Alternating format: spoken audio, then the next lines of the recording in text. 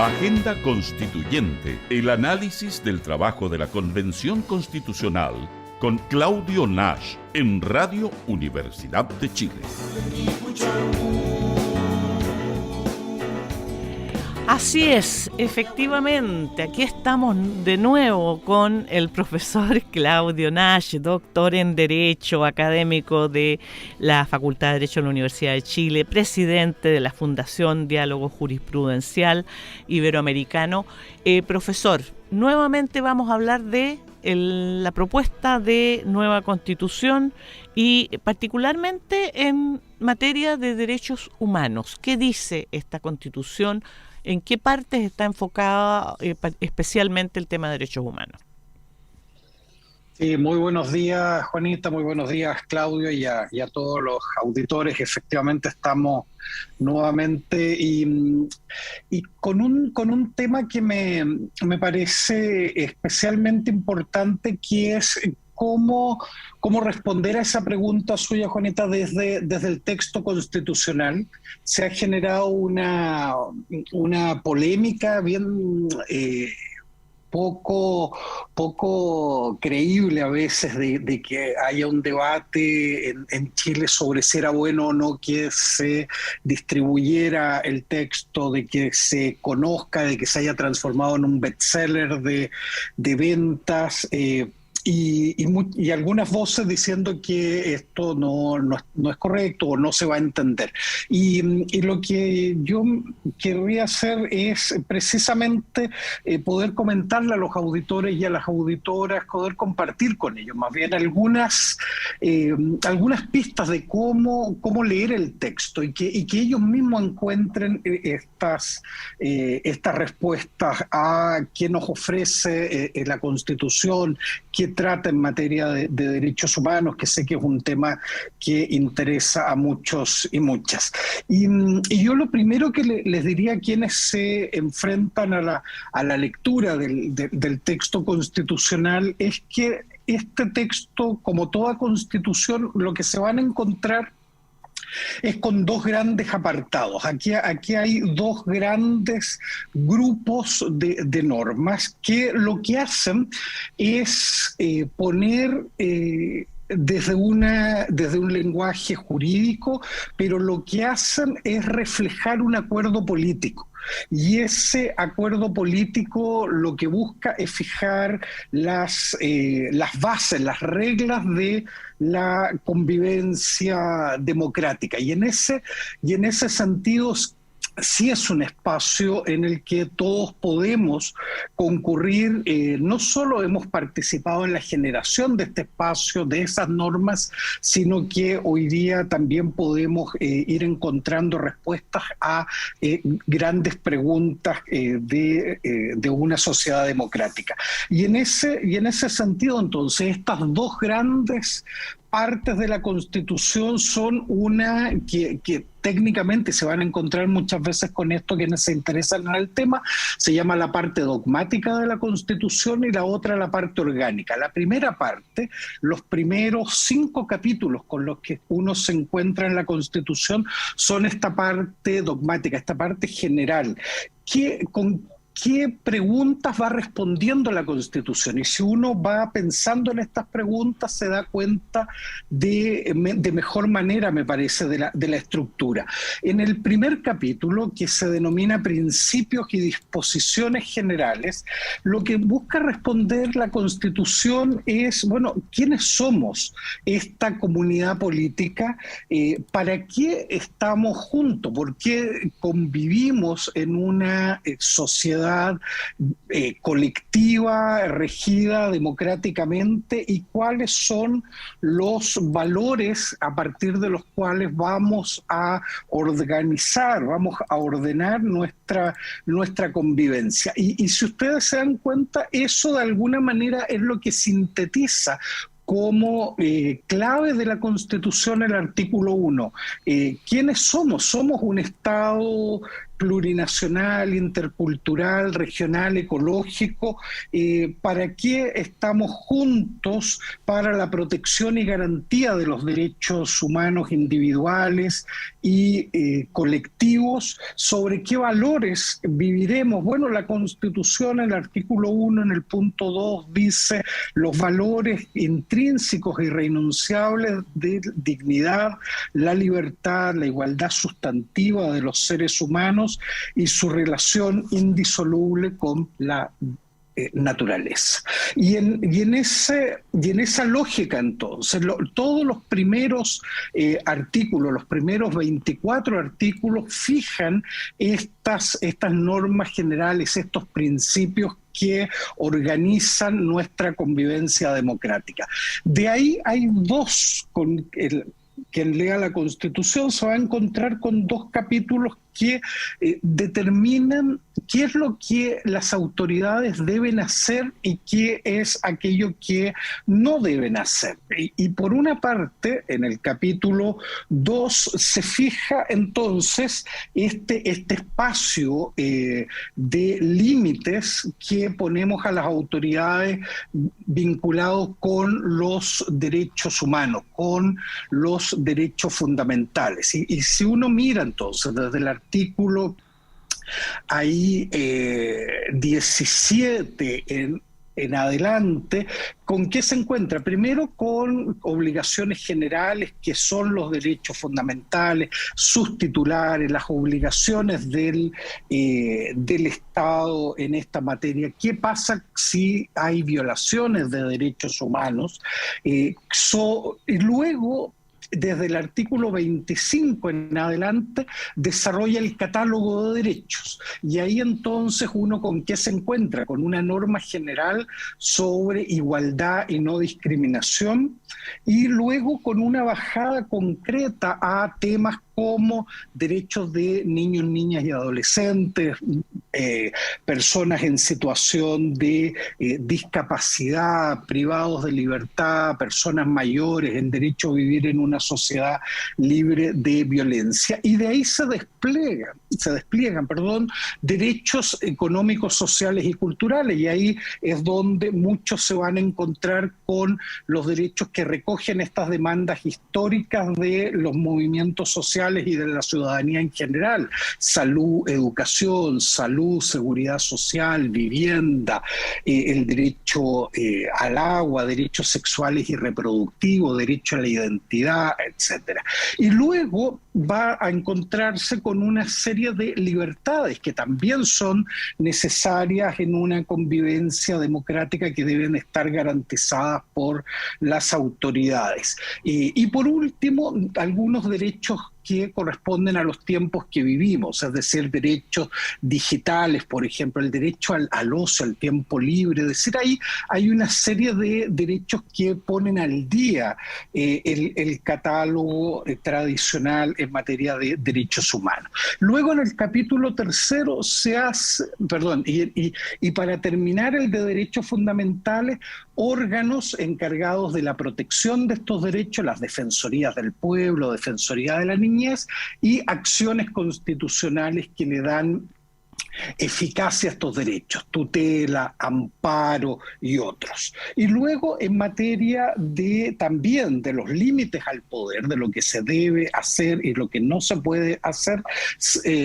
quien vea la Constitución en el capítulo 3 se encuentra con derechos de la naturaleza y medio ambiente, toda una organización ahí también sobre la base de principios generales, algunos derechos y libertades vinculados con este tema, y también mecanismos de protección. Además, con los bienes comunes naturales, el Estatuto de las Aguas, de los minerales, la Defensoría de la Naturaleza. Probablemente uno de los capítulos más novedosos de la Constitución es precisamente ese capítulo 3.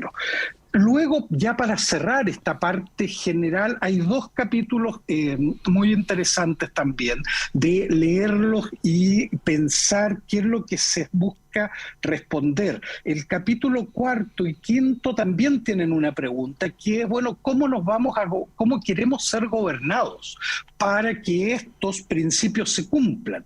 Y ahí los desarrollos van en dos líneas. Por una parte, la participación. Queremos ser gobernados de una manera participativa, donde el pueblo tenga incidencia en la toma de decisiones. Y en el capítulo quinto también queremos ser gobernados bajo ciertas reglas de transparencia, de probidad, donde la lucha contra la corrupción sea una prioridad, donde se modernice el Estado. Eso responde a esa idea de cómo gobernar. Y la segunda parte, del capítulo sexto al décimo, lo que hace básicamente es responder a una gran cuestión en esta parte orgánica. ¿Cómo vamos a organizar la estructura de poder? Si ya tenemos claro para qué estamos juntos, cuáles son los objetivos, cómo queremos ser gobernados, bueno, organizamos el poder. Y aquí es donde nos encontramos con una organización que busca democratizar el poder regional, el poder territorial, creando entonces esta idea de un Estado regional donde uno se va a encontrar con regiones, con comunas autónomas, con los territorios, los principios que deben articular esa convivencia unitaria, pero con poder en el nivel local. Y eso está en el capítulo sexto sobre Estado regional y organización territorial. Y ahí hay temas de las comunas, provincias, las regiones, la autonomía territorial indígena, los territorios especiales, Juan Fernández, Rapa Nui, la ruralidad, cuestión que había estado históricamente invisibilizado en este país, y también el rol del Estado en materia económica. Y luego una parte que muchas veces concentra la discusión pública, a la cual se le destinan también dos capítulos, que es cómo tomar decisiones colectivas. Y aquí es donde se regula al Poder Legislativo su organización, este Congreso de Diputados y Diputadas, la Cámara de las Regiones, cómo se van a generar las leyes, cómo se va a fiscalizar al Ejecutivo y a otros poderes desde de estos órganos representativos. Y en el capítulo, ese es el capítulo séptimo, y el octavo, al Poder Ejecutivo, la administración del Estado. Y ahí hay cuestiones interesantes como los estados de excepción, el uso de la fuerza, las Fuerzas Armadas, las policías. Y luego la pregunta es, ok, si tenemos principios que guían el texto constitucional y nuestra convivencia, tenemos una estructura de poder regional y político, bueno, ¿cómo vamos a controlar que todo esto efectivamente se cumpla lo que estamos dejando plasmado en la Constitución? Y para eso, en el capítulo 9 y en el capítulo 10 se desarrollan una serie de órganos, instituciones, procedimientos destinados a garantizar que este diseño esté efectivamente plasmado, implementado en la realidad. Y ahí está, en el capítulo 9, los sistemas de justicia. Y nuevamente, cómo democratizamos ese espacio, cómo distribuimos poder, generamos o evitamos la concentración de poder, pero a la vez mantenemos un sistema unitario, un sistema con una cabeza clara, la Corte Suprema, pero con una administración separada, como es el Consejo de la Justicia, que tiene un subcapítulo especial.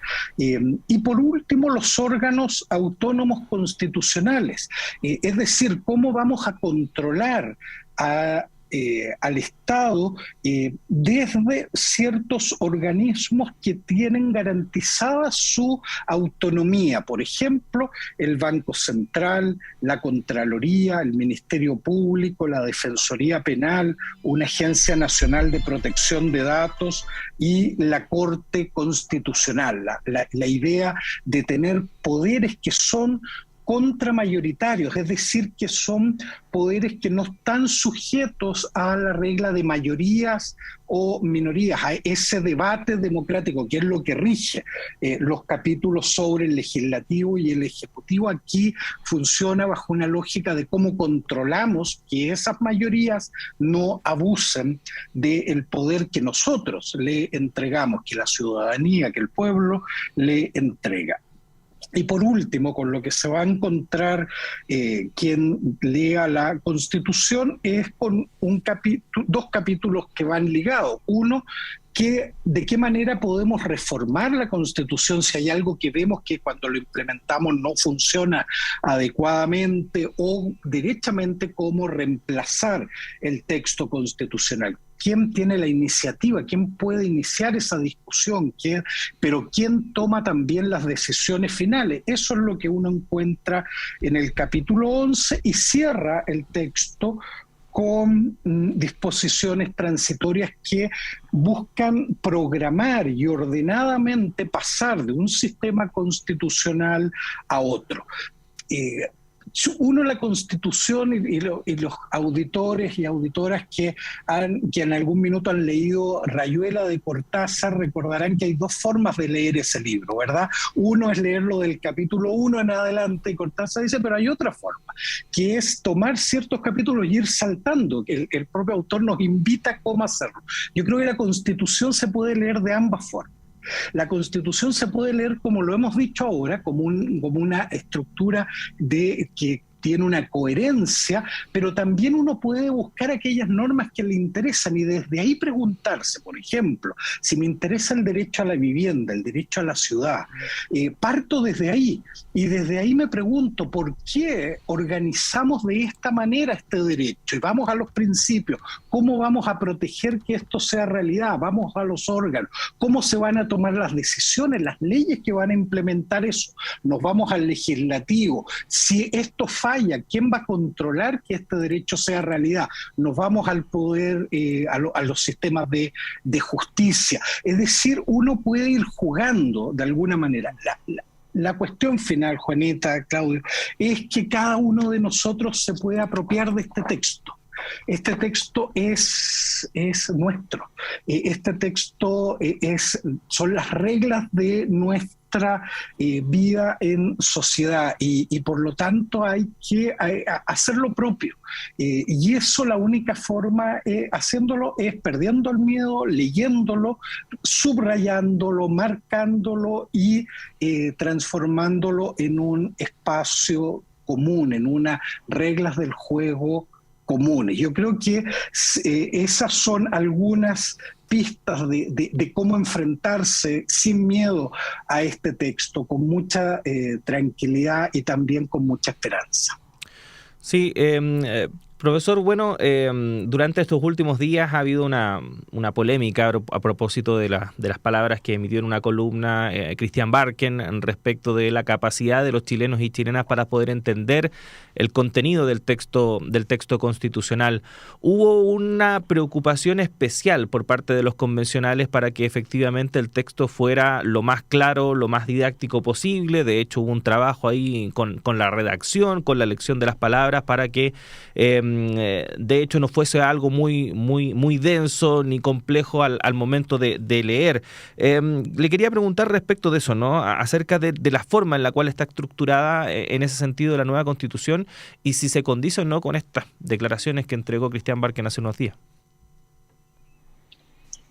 Sí, aquí, como usted muy bien lo señala, aquí hubo un esfuerzo muy serio por parte de la Convención para ofrecer efectivamente un texto que fuera accesible para todo el mundo. Es decir, que este no sea un espacio ni excluyente ni puramente técnico. La redacción de una constitución no es una cuestión solo para, entre comillas, expertos y expertas. ¿Por qué? Porque es un acuerdo político y el acuerdo político nos debe involucrar a todos. Por eso yo diría que es muy lamentable las expresiones de este personaje, porque no solo son despectivas respecto de la ciudadanía, sino que reflejan un profundo error y una falta de entendimiento de lo que es una constitución. La constitución es un espacio generado por el pueblo y es un acuerdo político fundado precisamente en las grandes decisiones que tenemos que tomar colectivamente, y esas nos involucran a todos y a todas, y yo creo que el texto, cuando uno le pierde el miedo a la lectura del texto, se da cuenta que uno perfectamente puede entender lo que está ahí reflejado. Pueden haber cosas técnicas que a todos se nos hace difícil, no sé, hay partes, no sé, la Contraloría, el Banco Central, que son partes muy áridas, técnicas, pero que si uno las conecta con todo lo que tiene que ver con las grandes decisiones, uno lo entiende. ¿Por qué necesitamos a alguien que controle que las leyes estén de acuerdo a la propia Constitución? Bueno, necesitamos órganos que hagan eso.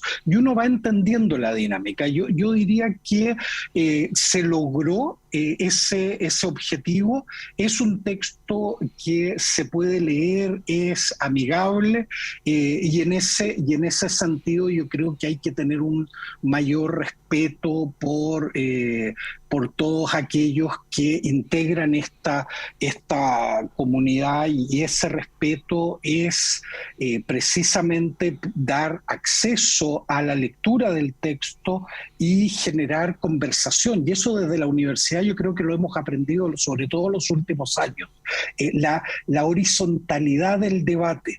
Aquí hay un pueblo que está ansioso de herramientas para tomar decisiones propias, no para que le revelen verdades. Y ese es nuestro trabajo, y yo por eso valoro mucho el espacio que ustedes han dado aquí en la radio de siempre, en estos 26 programas que llevamos. Siempre lo hemos hecho desde una lógica horizontal, de entregar herramientas para que cada uno decida. Profesor Claudio Nach, doctor en Derecho, académico de la Universidad de Chile, en la Facultad de Derecho, como siempre, ha sido un gusto, nos ha quedado clarísima toda la explicación, y bueno, seguro en 15 días más vamos a encontrarnos nuevamente. Muchísimas gracias. Nos toca feriado, Juanita, así que no vamos a estar en Quiso, vamos a estar hacia fin de mes. Por eso vamos a estar ahí en la quemada, profesor.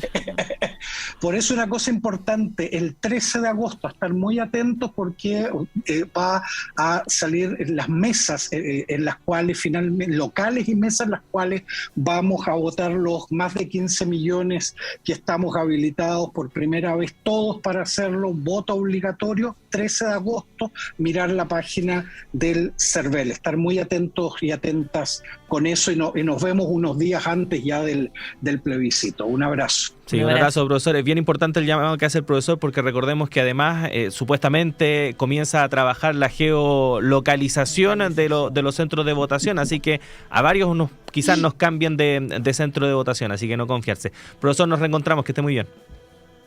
Chao, chao.